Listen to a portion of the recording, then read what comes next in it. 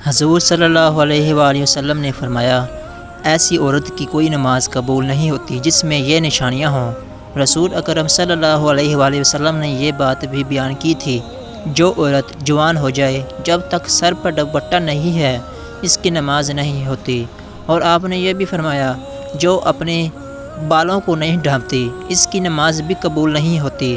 رسول اللہ صلی اللہ علیہ وآلہ وسلم نے یہ بھی فرمایا، اگر کوئی مسجد میں جاتی ہے عورت عطر اور خوشبو لگا کر، جب تک یہ غسل نہیں کر لیتی نماز اس کی بھی قبول نہیں ہوتی۔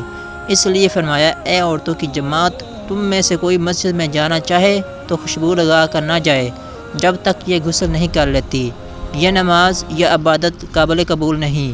خاوند کی نافرمانی کرنے والی حدیث کے الفاظ ہیں، 3 ایسے لوگ ہیں ان کی نماز قبول ہونا تو دور کی بات کانوں سے بھی اوپر نہیں جاتی۔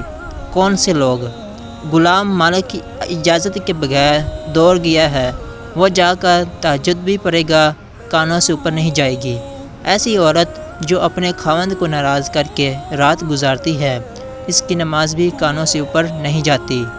اور ایسا انسان جو لوگوں کو نماز تو پڑھاتا ہے لیکن لوگ اس کی امامت پر خوش نہیں ہیں، پسند نہیں کرتے۔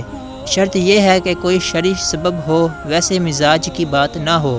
ایسا انسان اگر کسی سبب کی وجہ سے لوگ اسے پسند نہیں کرتے تو ایسے انسان کی نماز بھی کانوں سے اوپر نہیں جاتی۔